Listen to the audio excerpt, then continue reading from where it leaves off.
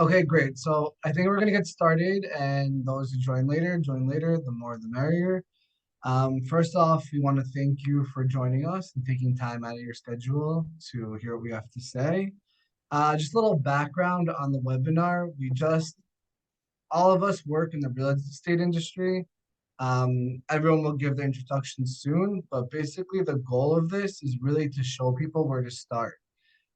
We get a lot of questions of where to start, how to deal with bureaucracy, and how to juggle everything. It is a little bit more complicated in Israel than it is in America.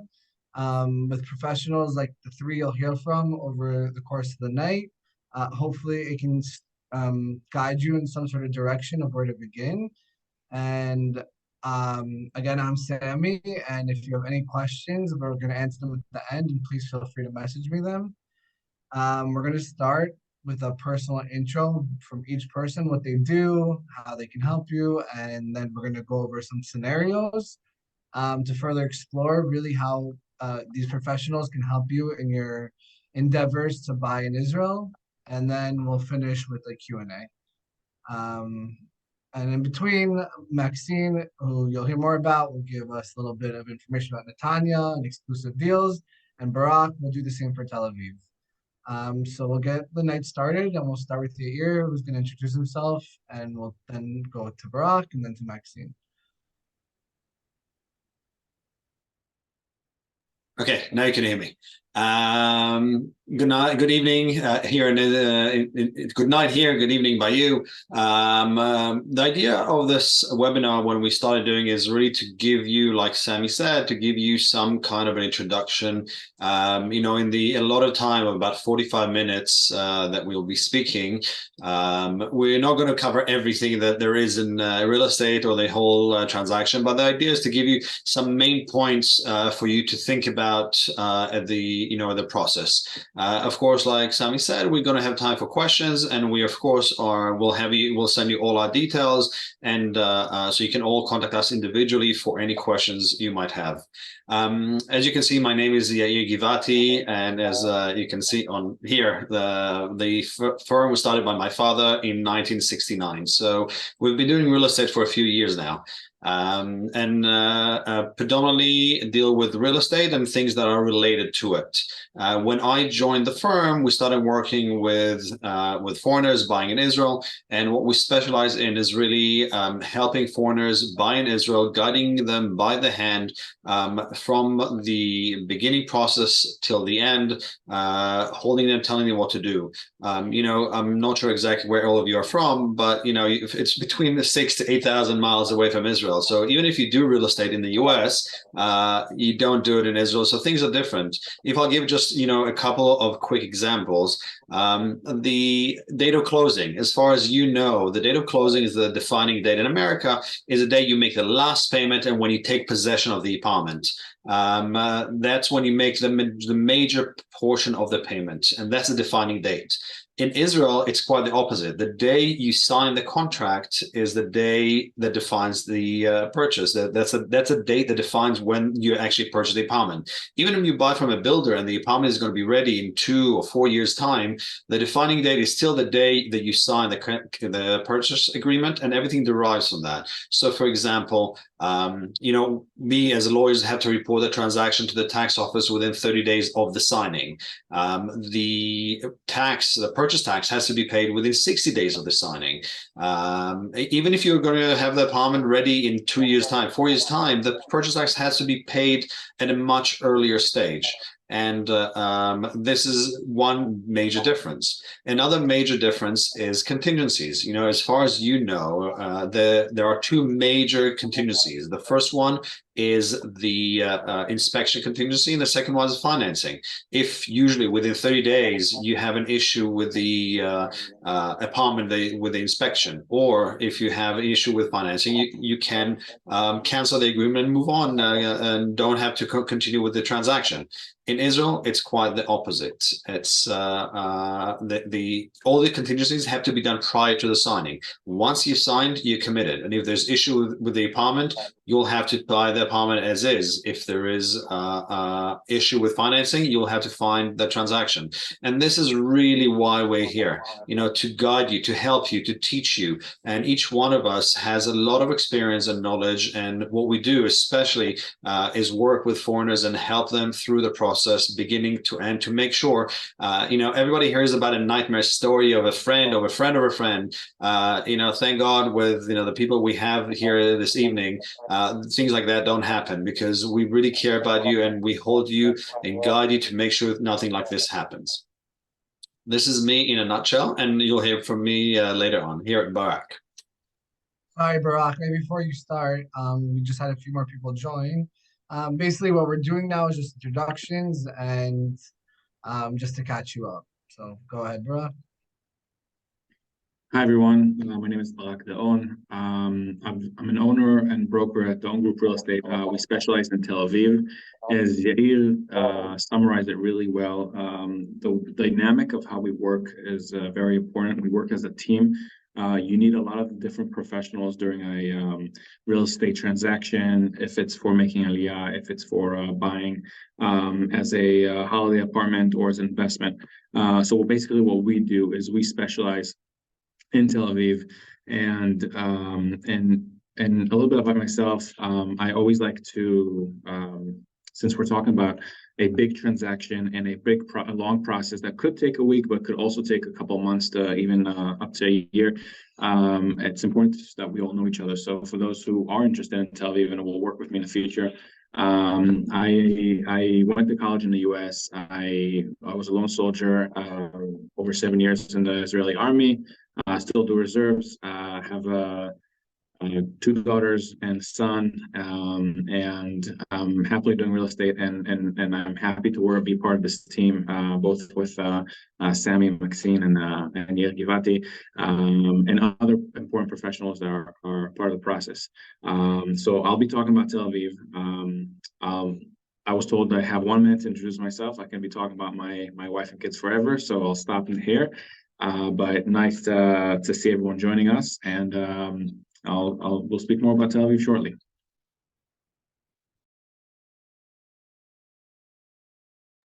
You're on mute, Maxine.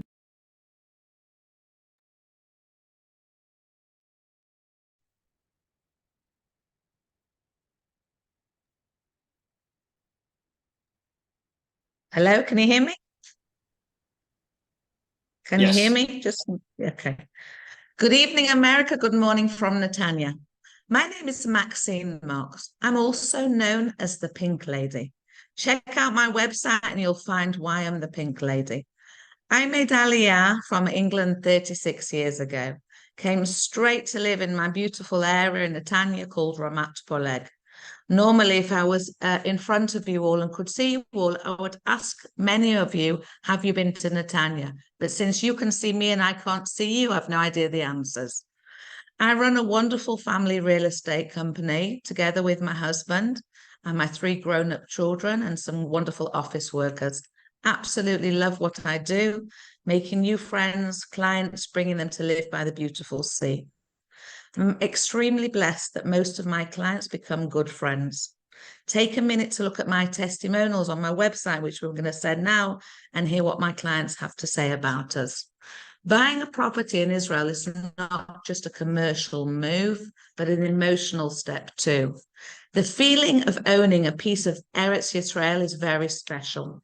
Our team here makes it all smooth and an enjoyable journey. There are many different parts of Israel for you to look at, but I am offering my unique part of Israel, beautiful Netanya, which offers amazing Anglo communities for every age, luxury properties with all facilities, doorman, swimming pool, you name it, sea views. You'll hear lots of information in tonight's webinar, but my comment to you is set yourself a date, make an appointment and come to Israel and visit us. Great. Back to you, Sammy. Yes, now that we got to meet everyone a little bit, maybe we can get to know more of what each person does through maybe like a scenario. So, what is everyone's role in the process of purchasing a property? How will you help guide the client through the process? What's the order of transaction and what are costs that they may incur throughout the transaction? We're going to start with Yair, then go to Maxine, and then we'll end with Barak. Thank you, Sammy. So, usually, you would find an apartment initially with an agent, which you'll hear from them in a minute. But once you find a property that you're looking to buy, then usually what I tell all my clients is, let me know and let me do a quick legal check of the property. Usually, it would I'll come back to you with an answer, one of three things. It would be either, everything is great, not a problem. Go ahead. Or there could be don't touch it, don't even think about it. And there could be an answer. There are some issues that we need to get answers. It could be issues that could be resolved and could be not. I've seen apartments that they're being sold as 100 square meters, for example, which give you an equivalent of 1100 square feet. And then on the registry, I see it's, for example, half of it. So the question now comes, what's the reason? If, for example, I see that, we ask them, they tell us, oh, we issued a building permit, but we've never end up registering and changing the land registry, I can understand that's okay, because changing the land registry is very complicated, takes a long time, and you need the work together with everybody in the building, which sometimes it's not that easy. But then we know that everything is kosher. Or it could be that a lot of spaces and balconies, for example, have been enclosed, and then I'll tell you, don't go ahead with it, because you don't want to, you're not going to be sleeping soundly if the half of the apartment was not building permit. And then that's an initial, and then you finalize the purchase price and the payment schedule, and that's when we come in. Now, the lawyer's role is really to hold you by the hand and tell you what are the process. So once you agreed on a purchase price and you agreed on a payment schedule, usually the lawyers will start talking, the seller's lawyer and the buyer's lawyer. And, the seller's lawyer will send a draft of contract that will be going over, negotiating, going back and forth. While this is happening, I will tell you there's a few things that you'll have to take care of. So for example, as I said before, there are no contingencies. So at this point, I will tell you, okay, we need to get the apartment inspected, get an engineer, get an appraiser to make sure that you can get the right financing, and to make sure that there are no illegal parts and closing of the in the property itself. At the same time, I would also start working with a mortgage broker if you indeed are looking to get a financing, to make sure you get it approved prior to the signing. I would tell you to start putting you in touch with a money changer, because at the end of the day, the most transactions in Israel are done in shekels, and we have to make sure that you get your dollars to Israel to make sure we are ready for the signing. So this is all happening at the same time while we're negotiating the contract. The last thing we do at this point would be also getting all the documents that we need from you guys in order to go ahead with the transaction. These documents include a power of attorney, KYC, it's a know your client, which is a requirement by the Ministry of Justice, and a few other documents. In order for these documents to be valid in Israel, they have to be notarized and apostilled. And again, I will put you in touch with the right person and tell you what needs to be done and when. Once we're ready, we'll send you usually a synopsis of the agreement in English, because I'm not sure if you're going to be breaking your teeth reading the Hebrew or how well your Hebrew is. So we want to make sure you understand what you're getting yourself into. And so we prepare a synopsis. And once you give us the okay, we will sign the contract on your behalf, unless you decide to come to Israel for the signing. And then, we continue and take care of registering a lien, the security, which we'll touch about it a bit later. We will make payments on your behalf and really guide you through the entire way until you take possession in the end. Then we transfer the bills and everything to your name, including, of course, the transfer title. Transfer title is very different. I know that many places in the US, you actually have a physical deed that is passed on between the seller to the buyer. In Israel, this is all done electronically, and it's something that that it's me as the buyer's lawyer. It's my responsibility to make sure we get all the documents in order to transfer title, and it's all done electronically in the land registry. And then you can also, anytime afterwards, once it's in your name, you can actually access, go online, take a new extract every day to see that the apartment is still registered in your name. It's 15 shekels. We're talking about, $4 or $5. It's really not the biggest deal. And you can always be assured that the apartment is still in your name. So as you can see, it's really, the lawyer's responsibility once you found the place to help you and guide you and really tell you step by step what you need to do, and especially to be your long arm here in Israel while you're abroad, giving us the instructions, of course, knowing what to do, but we're going to be acting on your behalf doing it. With regards to the closing costs, the one point that I would like to touch is the second major cost after the purchase price itself. The second costly item that you have is actually your purchase tax. The general purchase tax in Israel, and that means for everybody, including Israelis buying their second home, is 8% to begin with until about 5 million shekel purchase. And anything above 5 million shekels, you will be paying a 10% purchase tax. We will send you a link, after the webinar to an article that I wrote about, the different costs. So you can see what are the numbers of what are the costs. But this can be very high. There are two main discounts. One is an Israeli resident buying your single residency, and I'm specifically saying single residency because it's not about it could be that you bought a place, you sold it, and then you don't have another apartment, so it's still your single residency, and you can still get these lower tax rates. They start from 0, go to 3.5%, 5%, and on the higher end apartments go up to 8 and 10%. And the other discount is aliyah discounts. If you make aliyah, then you have a discount that starts from 0.5% and goes up to 5%. Now, it's my role as a lawyer, as a tax advisor, in the sense to guide you, tell which one to use. This goes together with the tax planning, and the idea is when. The basic question is when can you use it? So, single residency, it's as long as you're an Israeli a resident, you reside in Israel, your center of living is here in Israel, then we would be able to get it for you as long as you don't own any other apartment. Aliyah rights, you can do it either within 1 year prior to making aliyah or 7 year post making aliyah. And it's something that is capped at 5%.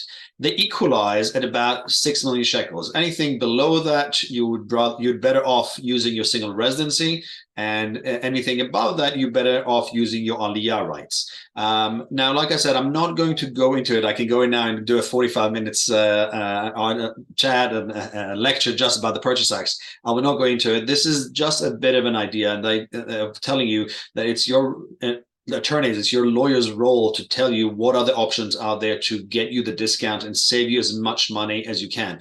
Throughout the years, we'll be able, in transaction to get people, say, between 150, 200,000 shekels and up to even 800,000 shekels on the purchase tax. And this is part of what we do when we guide you, when we do the entire thing. And like I said, we will be sending an article that you can get an idea what are the purchase tax options and what discounts are available. That is from me now. Maxine, unmute yourself.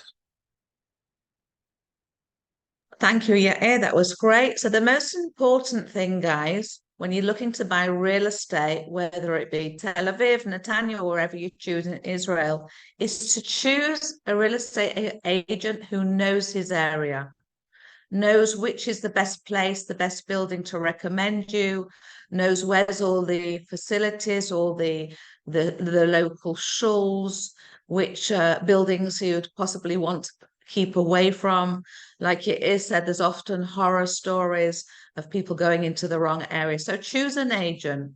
In Israel, there's all different online advertising that people try and call, and those properties that they call are just false properties that agents try and get leads. They're not actual real properties. So choose your agent who knows the area, and then it's up to that agent to understand your needs. The way Barak and I like to work is we like to sit down with our clients, understand what's important to them, what's their tick list, and then our job to show you the tick list. Once we've shown that, the job of a real estate broker here in Israel is to get you the best deal, get you all the commercial details, and from there it goes straight onto your ear. Thank you. On to you, Barak. Thank you. That was precisely said. So what I want to add to that, so I won't repeat everything because I completely agree with it, is that I feel that real estate agents who are familiarized with their local area, if it's Tel Aviv, Netanya, or other cities, the best deal that they have are actually what I like to call off market. So they know owners secondhand, for example, that might want to relocate, might want to sell because they want to downsize, because they want to upsize. And they also know the developers who are actually about to receive permits and didn't market, and no one knows that it's for sale. Local agents have access to all the developments, developers, and they know the prices. They have their personal MLS. Unfortunately, Israel doesn't have a good MLS right now, but good offices do have good data that could share with the clients. I feel that that's a big, great advantage. And the best part is, besides understanding the culture and speaking the language and understanding how the clients, you guys, want to be treated, we really do act as a catalyst in the negotiation process and helping out with the things that usually one won't think about. Everyone thinks that negotiation is just about trying to get the price down, but it's not just about that. It's about the payment plan. It's about the index, if it's with it. It's about what furniture is involved, light fixtures, the whole thing that you expect it to be, that real estate agents know how to get the right deal. So I think that's basically the main job of our job, to get the best deal. And again, it works in harmony with the rest of the advisors, such as lawyer, inspection, even currency transfer, banks. The whole thing they need to work together. And then I think this is what we do, both Maxime and myself in our city as well. Back to you, Sammy. All right, thanks. What do you guys think when it comes to buying first-hand apartments or second-hand apartments? Meaning building from scratch, or being the first-time owner of an apartment, or buying it from someone else? What are the pluses and minuses for each thing? Again, we'll start with Yair, then we'll go to Barak, and then we'll end with Maxine. Thank you, Sammy. So it's an interesting question. For me as a lawyer, there isn't really a preference, but I would like, that's something that I think I would let more Maxine and Barak answer. I would want to touch just on a few basic differences. Again, there are more differences, but I want to deal with three specific issues or items to consider when you're debating whether to buy a secondhand apartment or to buy a new building. The first one is timeline. When you buy an apartment which is secondhand, overall, most of the time, the timeline would be between 6 months to, between 2 months to 6 months. 2 months would be usually a very quick closing, and I'm talking about American closing, from beginning to end. And 6 months would be on the longer end of things, usually. Is it set in stone? No. I mean, in general, if I paraphrase, like someone that I've heard once, when you go to contract in Israel, this is how the new contract starts. It's a blank page. There is no set things like in America, a set contract, which you just add in the information. Everything is from scratch. So everything is negotiable, the price, the time frame. People ask me many times, what is the payment schedule? I tell them, tell me what is it you want, and I will try and get it for you, because there's nothing set. It depends on what is good for both parties to make sure they can both do the deal that works for them. So there is nothing set, but like I said, the majority of the timeline is between 2 months to 6 months. I've had the closing of new, if I compare that to a new build is usually would be between 1.5 to 4 years. That would be the normal. But did I have an apartment that coming from a builder that were closed within 30 days? Yes, we have had it. And we had secondhand apartments that were that happened 2 years to close. Each one for its own reason. This is what fit and what was right for the parties. But this is the majority of the time, 2 to 6 months on the second hand, and usually a year and a half to 4 years time on a new build. So if you need an apartment very soon, I wouldn't tell you to go get a new build. And if you're thinking of, just moving to Israel in 2, 3, 4 years time, then I would tell you take time to buy something new, which then you can build to your taste and make sure it fits, and you get to be the first one to use it, which would be the right thing for you. So this is as far, again, for me as a lawyer, it doesn't make a difference. It's what's right for you. A second point that I want to make sure is, like, what are the securities? When you buy secondhand, there's something called a lien, a ha'arat hazara, a caveat. In Hebrew, it's ha'arat hazara. It's basically you put a lien in the land registry that basically the seller cannot sell the apartment or give rights to the apartment to anybody else while the buyer has this lien on the property, which is a very strong security. When you buy from a new build, because the apartment is not ready yet, you cannot necessarily put the lien on the specific apartment. The law, which is an old law, it's from 1979, the law gives the builder one of two options. There's only one of two options. The first one, which lawyers don't like as much, but it does exist, is we put a lien on the land, and then the buyer pays according to the advancement in the construction, according to a set milestone set in the law. So basically, the builder achieved a certain milestone, you make a payment. You reach another milestone, you make another payment. And the idea is that basically you only pay the builder once he did a certain level of work. So the rest of the money actually stays with you. So you'll be able to, if something happens, a new builder will come in and you'll have the money to give to the builder, the new builder, in order to complete. For different reasons, lawyers usually don't like that as much. We don't feel it's as secure. And really, the more common is a bank guarantee. So what happens is that the builder, in order to finance the project, takes a construction loan from the bank.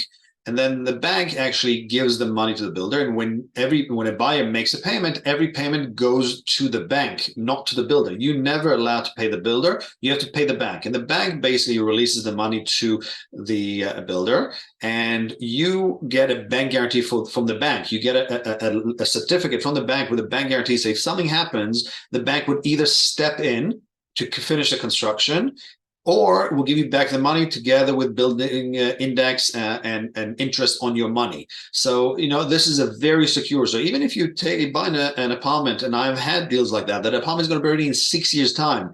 And, people are thinking, how is my money going to be secure in 6 years' time? I don't know what's going to happen in 6 years' time. How can I know the builder is going to be around in 6 years' time? So this is the guarantee. The bank steps in, checks everything in the project, makes sure that it can be finished, and you get the bank guarantee. So this is, again, you're 100% guaranteed when you buy from a builder, but it's a different type of guarantee between secondhand to new build. The last point which I want to touch is the building index. When you buy a secondhand home, an apartment that already exists, in the contract, you're going to have a price, and this is the price you're going to pay. It's not going to be more, it's not going to be less. This is the amount you're going to be paying. Any changes to it has to be done in agreement between the parties. When you buy a builder, because the construction takes time, again, from the minimum of year and a half to even 4, 5, 6 years, then they put into the payment schedule what's called it's linked to the building index. So like the CPI, basically it's an index which is published by the Israeli Bureau of Statistics, that takes into consideration all the costs involving with the construction, from materials to manpower, everything. And according to however much things have gone cost up, the index, the Bureau of Statistics, tells you how much the building index has gone up by. It's something that the Bureau of Statistics puts out every 15th of the month.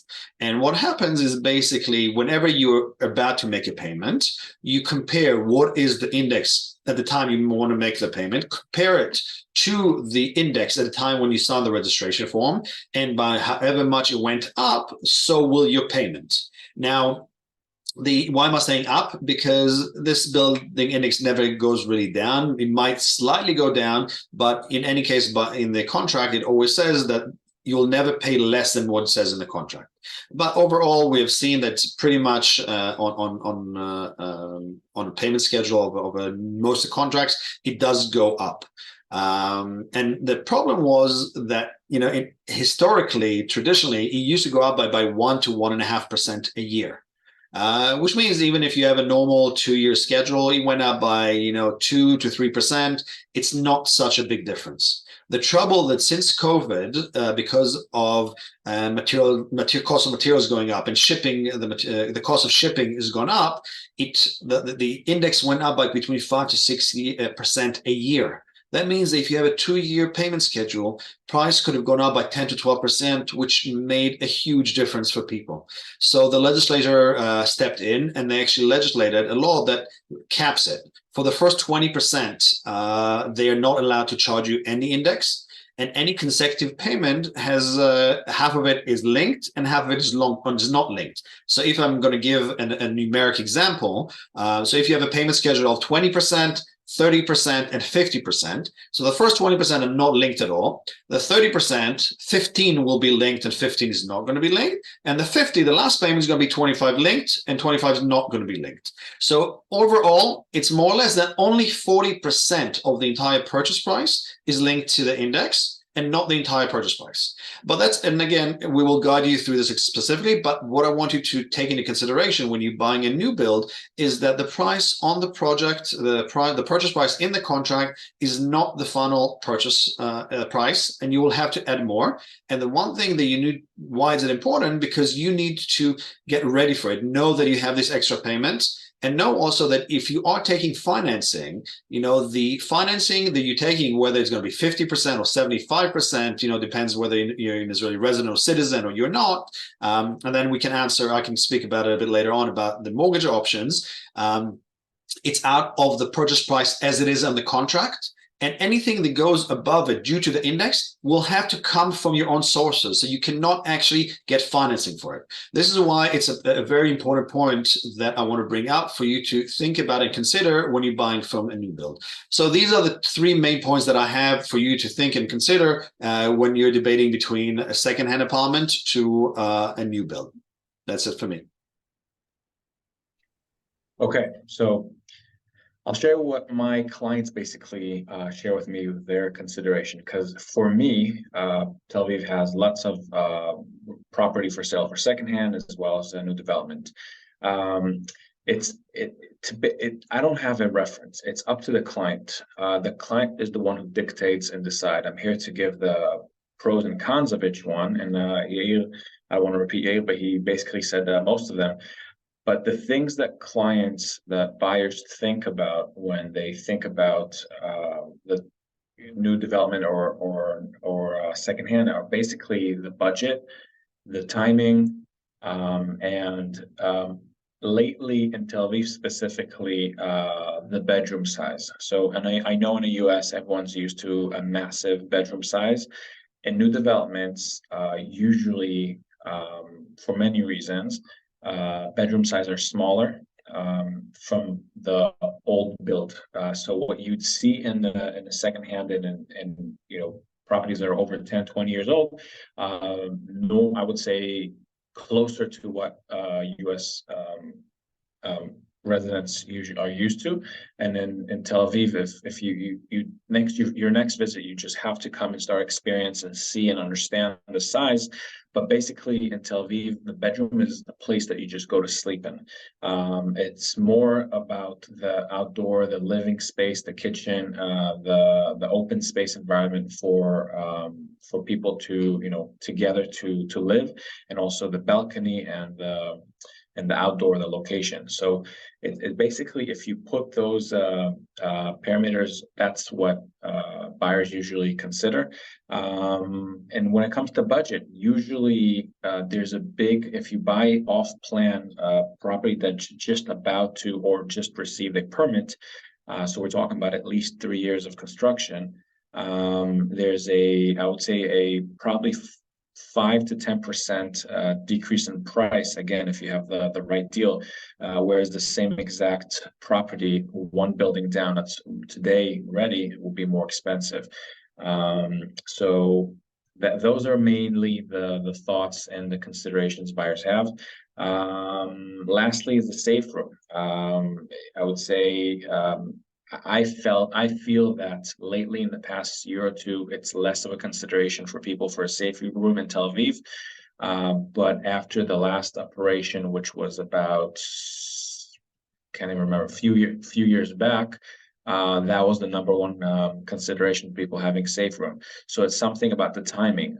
As we go and there's no big military operation, it's not really a consideration. So I think it's about the buyers. It's less about what I prefer. That's it.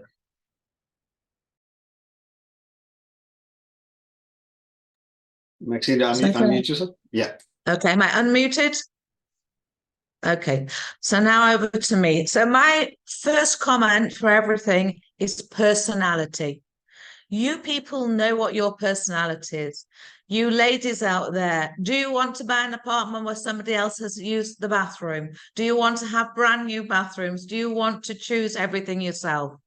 There's pros and cons of both. It's very much fun when you're buying a new build to go with. In my office, we have a team of people once you buy a new build who literally hold your hand and take you to the various suppliers of the marble companies, the kitchen companies, and all the bathroom accessories, and help you choose. And then we follow up to make it sure it's put in the apartment. Or on the other side, buying an apartment that's already done, you see what you get. One very important thing that I must add as well, and Barak will totally agree with this, the capital growth on a new build is definitely depending on when you come into the project. A new project is always something that people are looking to buy for investment, is very attractive. So that's always a number one. If you get in a property on a pre-sale time on the beginning of a new build, then you're absolutely, please God, onto a winner for capital growth. Again, all of this is up to personal. You get to choose the floor you want.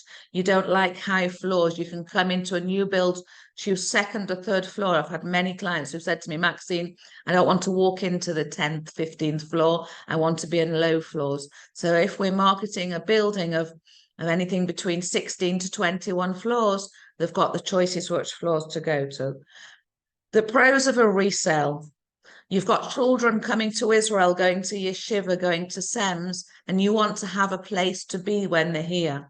So the beauty of it is we can wrap up the whole thing within anything between 3 to 6 months, and you can already be spending your first weekend in the apartment.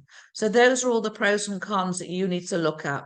Mine and Barak's job, again, I must emphasize on this, is when we meet you face to face, we've to understand what's important, and we've to guide you and show you. Sometimes we can show you both options for you to weigh up everything and see what will work for you. Again, look forward to meeting many of you. Thank you, Maxine and Barak and Yair. Before we get into Maxine and Barak and why Netanya, why Tel Aviv, the beauty of it, I just want to remind everyone that you can write to me questions like some of you have been doing. Also, if you have a question, you can raise your hand cyberly on the bottom, and we can unmute you at the end for the Q&A, and you can ask whatever you want. And with that being said, Maxine, please tell us about Netanya. Okay. So I must tell you all, when I talk about Netanya, I talk with a very big smile on my face. 36 years ago, when I made Aliyah, my husband and I were very young, didn't know where to go. People had mentioned Renana. English people go to Renana. Oh, where have I gone? 1 second. Here we go. Thanks, Yair. People, can I have the other picture, please? Have that one afterwards. There we go. Okay, we've gone. Okay. People told us all different areas to go. The second, my husband and I, and it was actually our lawyer who brought us to Netanya 38 years ago, because we bought off plan. We came to the area and we absolutely fell in love. Now I've got a question. Has anybody out there been to visit Netanya? Can I have the other slide, please? Yeah. Okay. So Netanya, as you can see here from the slide in front of us, has three main areas along the coastal. We have 7 or 8 different beach areas, but we have 3 main areas where people come to live. We have north of Netanya. Okay, that's north of Netanya. There, the population is a little bit more mature, but prices there range anything from between the 2 to 4 million shekels. Obviously, the saying all over the world of location is the same in Israel. We haven't got an awful lot of land, so the closer you are to the water, the more you're going to pay. I'm sure that's the same in Tel Aviv as well. Barak will confirm that. This is the center of Netanya as well, where there's plenty of older buildings, and you can pick up a nice property over there. Again, anything for between the 2 to 3 million shekels, depending on building and how far back it is from the sea. And then coming slightly further down the coast, we have a relatively new area around about, further down there, the middle one, South Beach. An area, thank you, further. An area called South Beach, which is literally, lots of people say it's very much like the Florida South Beach. We have a few great hotels over there, beautiful promenades for walking, literally on the seafront. And over there's a lot of holiday makers. That's an area where you do have to, if you want to go to the local supermarkets or you want to go to any big supermarkets, you have to jump into the car and drive. And then we have, I must say, my favorite part of Netanya, which is where I live, which is Ramat Poleg and Ir Yamim. Normally, I would say to you, who of you know Ir Yamim? We have a wonderful place in Ir Yamim. This Ir Yamim is built in a circle. So we have the sea at one side, and then around the circle goes all the different buildings. In the middle of this circle, we have a fantastic place called the Piano. I'll be happy to send the link afterwards to whoever would like to see it. Piano can be got to by every building in the area via walkways. You don't need to go drive anywhere in the middle. In the middle, there's probably around about 12 to 15 restaurants, all kosher. Yair knows I always like to talk about food. Jewish people like to eat, so let's mention food. You've got restaurants there, Italian, Asian, all different things. We have supermarkets there. We have wine bars with lots of activities going on. And again, all in very close radius to the sea. Around the area, we have quite a few great shuls. It's become a really great community.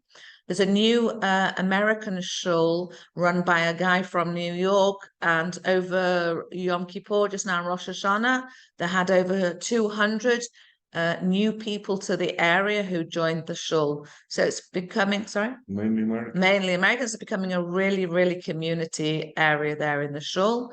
Ir Yamim is a little bit more expensive than the center of Netanya and South Beach. And the prices in Ir Yamim run anything between 4 to 10 million shekels. The 4 million shekels are properties slightly further away from the sea, but have sea view, typical 3 to 4 bedroom apartment. And as Barak said before, bedrooms in Israel are not typically very big. We don't spend an awful lot of time here. You spend more time on your balcony or out near the sea. So the bedrooms are a little bit less important, the size of them. And then we have sheer luxury buildings who are literally on the beach.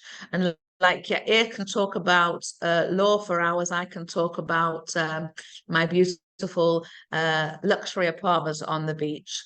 Again, in all these buildings, there becomes a community. So everybody becomes friends. There's two fantastic towers called Brigger Towers, where they have concierge, beautiful luxurious swimming pool, gym facilities.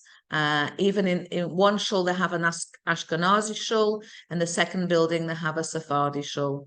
So literally in my area, we have absolutely everything. If you buy in a building without a swimming pool, we have a beautiful country club, indoor pool, outdoor pool.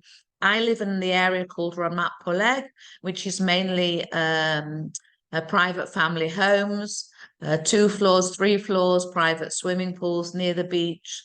And then slightly further back in Ramat Poleg, there's buildings. We have a lot of people buying in the area for investment.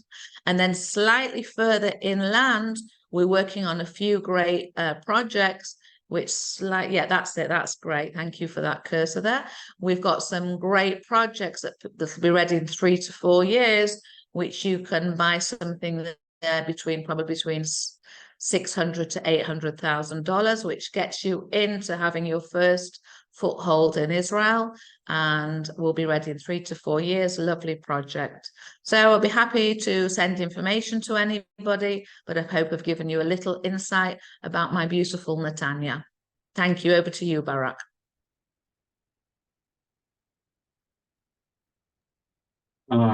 Great, amazing. I might buy something with you, Maxine.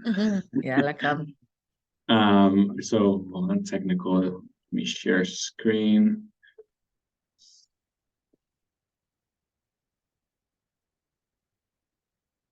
Okay, so can everyone see me? This is good, yeah? Amazing. So basically, a little bit about Tel Aviv. I'm a guy of numbers, so I'd like to put it down so everyone can see this. But basically, Tel Aviv is the destination of 12% of new immigrants. When it comes to separation of the rest of the country, it's the second largest city in Israel with almost 500,000. And the interesting note about that, about 1 million people commute to work to Tel Aviv daily. Some of it is because it's 29% of the startups are located in Tel Aviv. And what I like about it is it's the different types of styles of building that you can see besides the towers that are also amazing. You have all the Bauhaus and the eclectic, and you could really see how since 1909, where Tel Aviv was founded, the different styles of architects that lived during that time. It's really dog friendly, and there are about over 2,000 international cultural events, from sports to art to anything you can think about. Something that I find very interesting, that there's, compared to the US, I know some parts in Florida and LA have it, but there's 14 kilometers of beaches that you can just walk through without getting a barrier, without being at a private beach, all the way down from North Tel Aviv to Jaffa. And the other thing is, if you compare it to other metropolitans around the world, 40% of the people who live there actually work there. I try to do a research about different cities. The average around Europe and the US is closer to 25 to 30%. And last but not least, the nightlife, the lifestyle. People choose Tel Aviv because of the lifestyle, because of its a vibrant city. It's very outdoor, even though you just sweat from sitting on the bench outside because it's really humid. It is something that people love about the city. A little bit about the market in Tel Aviv. The top line is Tel Aviv. The middle line is central Tel Aviv, central Israel, sorry, and the rest of Israel. So as you can see, prices have gone up in the past, I would say even 10 years by 100% since 2010. You could see this is up to date, by the way, for the past month. Average property across Tel Aviv. This is with the northeast and the southeast, which are slightly less expensive. Around the 4 million shekels, around the 50,000 per square meter, which is around that. Again, I told you I'm a guy in numbers. So this is up to date from 2 months ago. The population of the city is very young. They're about every other apartment is rented out, owned.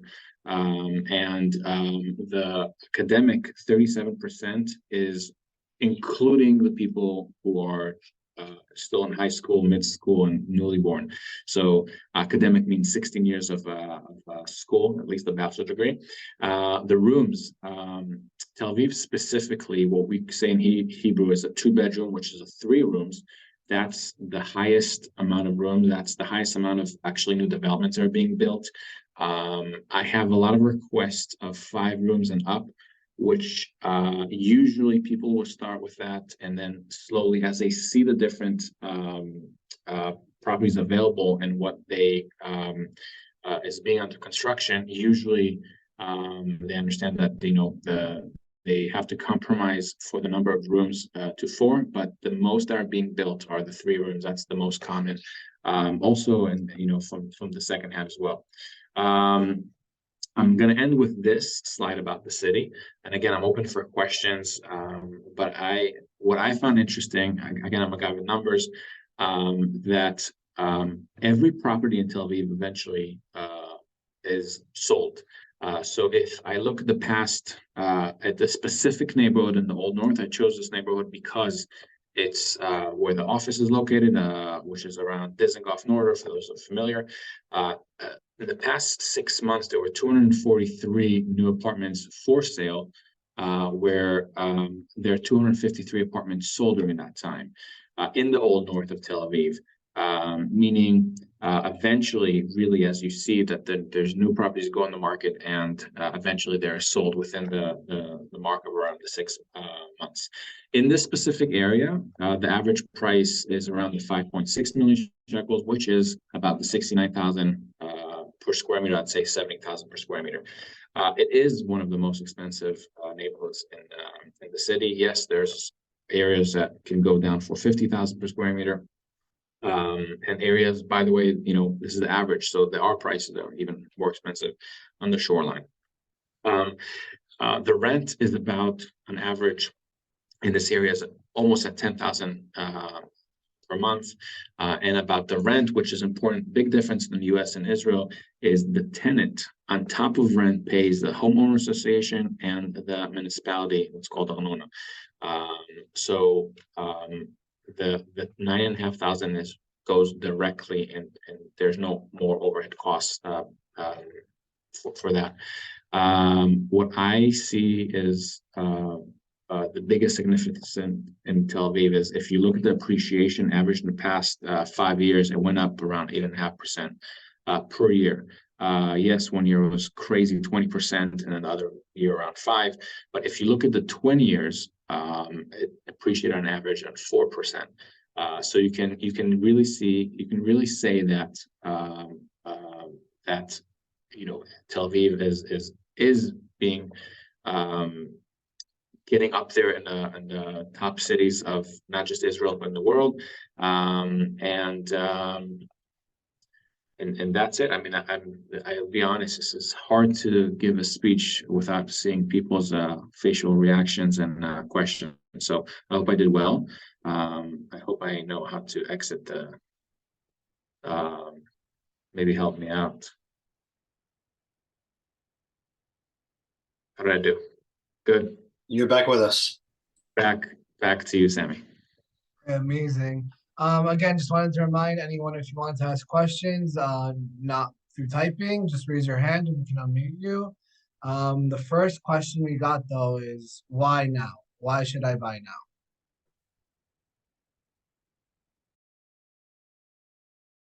now? Go ahead, Maxine.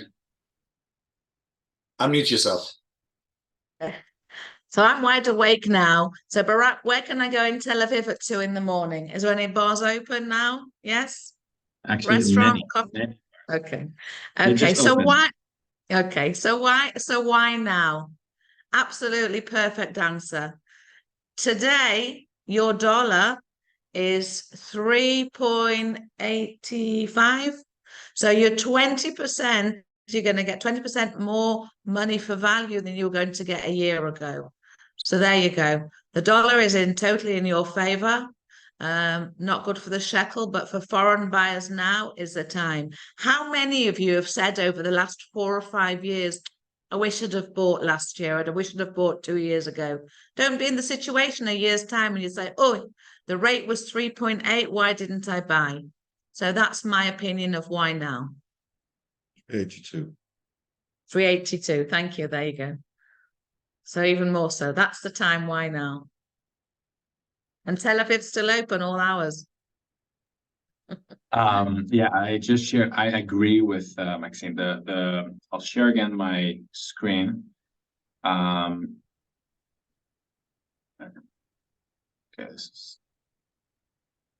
That's where you're going out in New York tomorrow. You just shared with us. Yeah, so this is this is the dollar to shekel. This I just did this a couple of September. You see the hour September 26, 11:47.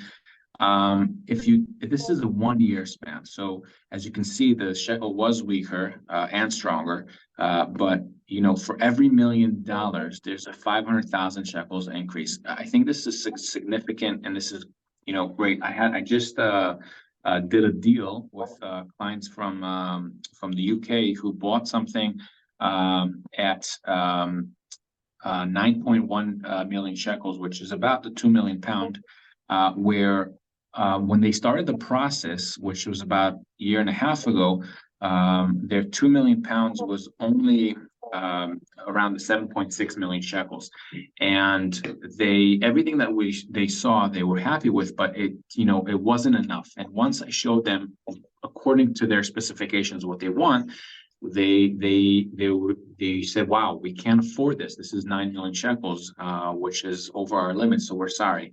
And we just did a deal about a month ago. The same property that they wanted, still under development, price didn't change, and their budget didn't change. It still stayed at 2 million pounds, and they still were able to do this this deal just because of the currency. So I really think that the currency is something that you should take advantage of, because as I understood, it's not. There's a lot. Again, there are experts better than me to talk about the currency, but the Bank of Israel, from what I understood, is going to lower it and try in the next year or even two to bring it down back and more stable.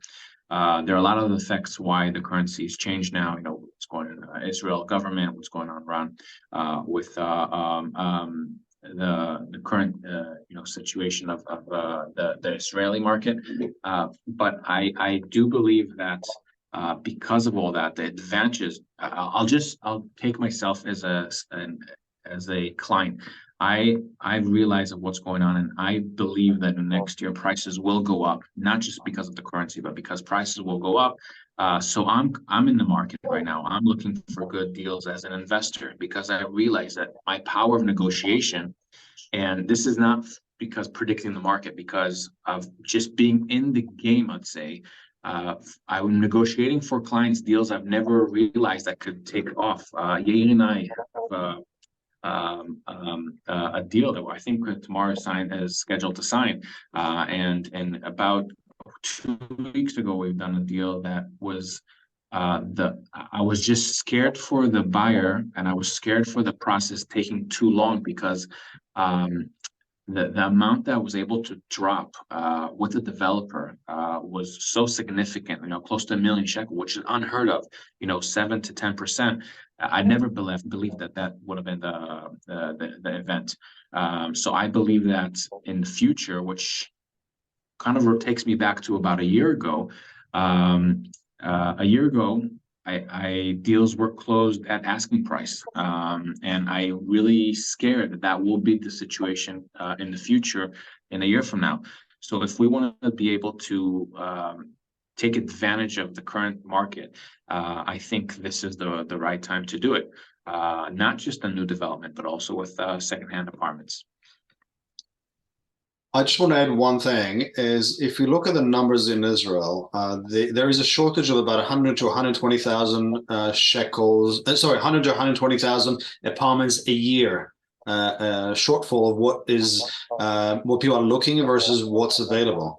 So just from the basic economy, where in Israel, the basic economy of supply and demand, when the supply is significantly less than what the demand is, the price is going to go up. Add on top of it that the life expectancy is going up. In general, the statistics says that you need 2.1 kids per family for the population to grow. In Europe, the average is 1.4, meaning the community that everybody it's actually dwindling the number. In Israel, the number is between 3.5 to 4 kids per family. So just on the growth of the population and the less people are dying because the life expectancy is just going up. Add on top of that, the people that are moving to Israel from abroad or buying in as investment, and added to the general 100,000, the shortage of 100,000 apartments a year in Israel. I don't see, even if it's going to be a little dip, I don't see numbers going down. If we go over the last 2 years or 2 or 3 years, since COVID, the average of the price going up in Israel is the average all over Israel is 16%. So some places have gone down, but some places have gone up. Over the last 2 years, over some places you've done over 16% a year. That's what the prices went up here. So even if you had this year, you have a couple months that had a small dip. If you look at back at the average, it went down by 0.3%. So overall, even this year, when they said there's a bit of slow it down, so it's not going to be 16, it's going to be 12, 14, 10%. Prices are still going up. So if you are thinking, and seriously, I'm not telling you rush through it. It's not cream cheese. If it goes bad, you should go the next day and replace it.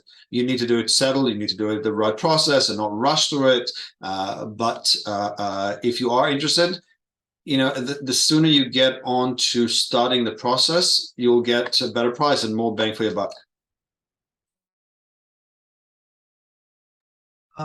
We just received 2 similar questions, and I'm actually going to go ahead and answer them. One was if we work with Ra'anana and if we work with Jerusalem. Again, I'm going to reiterate our mission here. We all come from a foreign state or are married to someone from a foreign state, and we just want the best for people buying here. So we do work with a network of agents that work all over the country. So if you are interested in a certain area, please feel free to message any of us directly and we can connect you with someone. Yair, it's a little less relevant. He's a real estate lawyer. He works all over the country. But if you want an agent in a specific field, just message us and we can connect you. And then now also the question about mortgages. Is it hard for a foreigner to attain a mortgage in Israel? So I'll take this one. In general, no. There is no issue for foreigner to get a mortgage in Israel. There are 2 just things you need to take into consideration. If you're neither an Israeli resident and nor a citizen, then you're limited to up to 50%. The Bank of Israel is limiting you to up to 50% of the purchase price. You cannot borrow more than that as a mortgage. There are some banks which will allow you and give you the opportunity to, in addition to the 50%, borrow another 10%, so you can get a 60% overall. But the last 10%, the interest rates are going to be a bit higher. You have to take into consideration also that when you take the 50%, this has to go for the purchase price. So it has to be paid either to the seller or to the builder. And the 10% you can use to pay soft costs, such as purchase tax, agent fee, legal fees, and other fees that you have. If you're an Israeli resident or you're a citizen, then you're eligible to get up to 75% of the mortgage. Now, of course, it all depends on your income and how much you have. This is the maximum you can get. It depends on your income, how much you can show, how many your assets. In Israel, you can get, for example, if the apartment is rented, you can take that into consideration into the income that you have. One important items that you need to take into consideration. Then Israel, the banks take into consideration your age, meaning that there is a discrimination based on your age. They want to make sure that you finish paying up your mortgage by the age you're 80 to 85. So, if you're 65 years old, you cannot take a 30-year mortgage, but that you're still eligible for, smaller periods of time mortgages. And what we all do, both Barak, Maxine, and I work with mortgage brokers that know how to deal specifically with you, how to show the bank, explain to them what your 1040, your tax returns are, to show your income, to make sure that the bank can see and understand what you're doing. And of course, we'll be happy to put you in touch with a mortgage broker in order to make sure you get the best rates, and the bank would give you the what you're eligible for.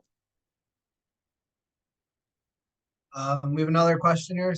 Any unique benefits for physicians? So is this contingent on making Aliyah?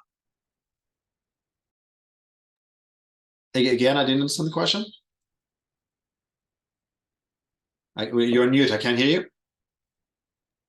Are there any unique benefits for physicians who make Aliyah? And if so, is it contingent on them making Aliyah?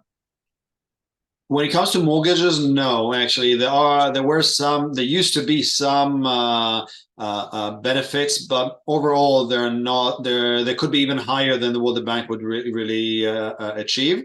So what the bank would actually give you. So it's better to go to the bank without telling them you want to use your Aliyah rights. It's also very limited. I think it's up to 250,000 shekels. So it's very, very small. The major benefit of making Aliyah, like I spoke, and what we'll send afterwards, is the purchase tax. That you have a special tax rate for Aliyah, and that's something that can make hundreds of thousands shekels difference in your tax. Here's another question. From start to finish, what is the average time it takes to purchase an apartment? Can I answer? So to be honest, it's up to the buyer. I've had a deal that was within 4 days from actually the apartment going on the market till was signed. And I had a deal that took about 8 months between the fact that the client saw it, the buyer saw it, and the whole process. So and the reason why I'm saying it is because it's not, the time is, as Yael said in the beginning, everything is negotiable. And if we want to use time for our benefit, for our negotiation process, because we want the tenant to stay, we want the owner to stay there, or do we want to get the occupancy quicker? Do we want to stretch the mortgage that we have? There's so many different factors and thoughts that basically your agent will be managing and handling it with you. So I think the key here is to be very open and transparent with your agent, because at the end of the day, they want your benefit. And if you want the deal to be slow, then that will happen. If you want a deal to be fast, he has the power, he or she, have the power to go ahead and call the lawyer, call the mortgage guy, call the bank. And if you want it to be within 4 days, it could happen within 4 days. And but if you want to relax, I'm just checking out the market, or, call me when it's ready, or let's first transfer the money. It's all up to you. It's all up to the buyer. And I guess the final question for tonight is, how long does it usually take someone to find an apartment? How long would it take them to look around? Like, if they need to come in person, or can they do it online? What are the credentials to do that? You have to unmute. Yes. Okay, so since America's not round the corner, it's not England where you can jump on a quick EasyJet flight and be here within 4.5 hours, then my comments is come for at least 4 to 5 days. Your first day is sitting with us and understanding the area, and for us to understand what's important. Driving around, getting the feeling. When you walk around, like Yair said before, you're not buying any cream cheese. You've got to feel it. When you walk into an apartment, no agent needs to tell you, here's the kitchen, here's the bathroom. You walk in, it's here. You are going to buy something when you walk in and love it. And that's our job, to see your faces and read you. So it takes us as agents a little bit of time to show you, to understand.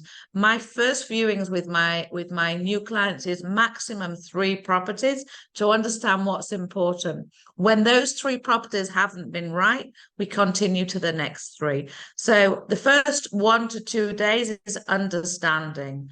Once we get to the stage where we've understood what's important, if we've done bingo and found exactly, I call us shidduch makers.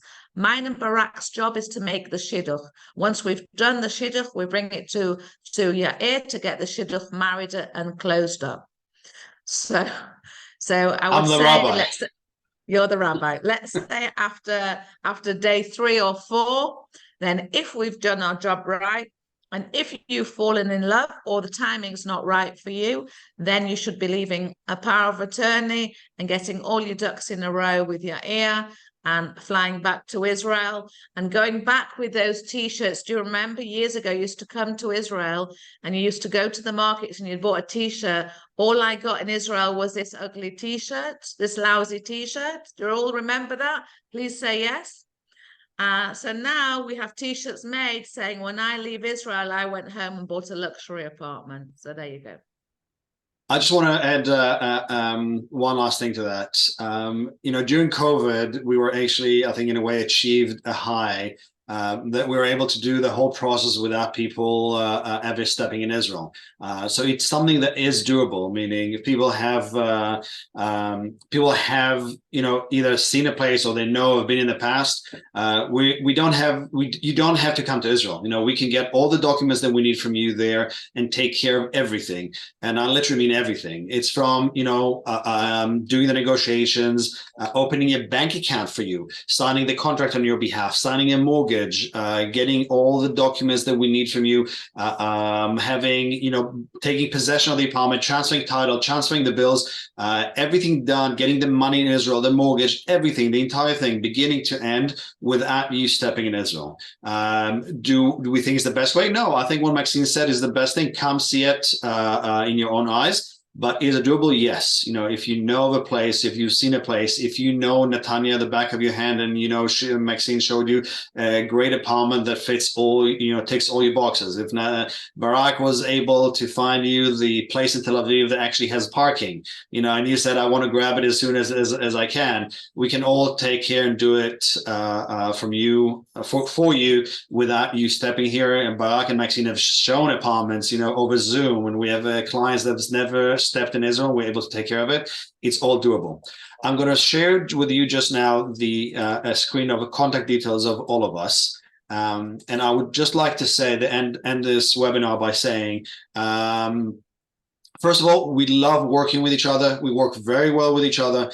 But if, for example, you have already a lawyer, feel free to reach out to Barak or Maxine and find the permanent. The idea here of the webinar is to give you an idea of what you want to help you, guide you, answer questions. So if you have already one of us, you don't have to take us all as a team. We love working each other, but we don't have to work together.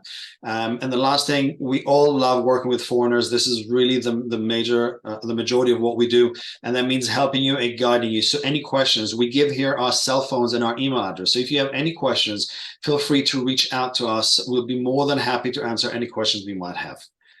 We'll stay here for a few more minutes if you have questions, and thank you for coming and joining us tonight. Good night.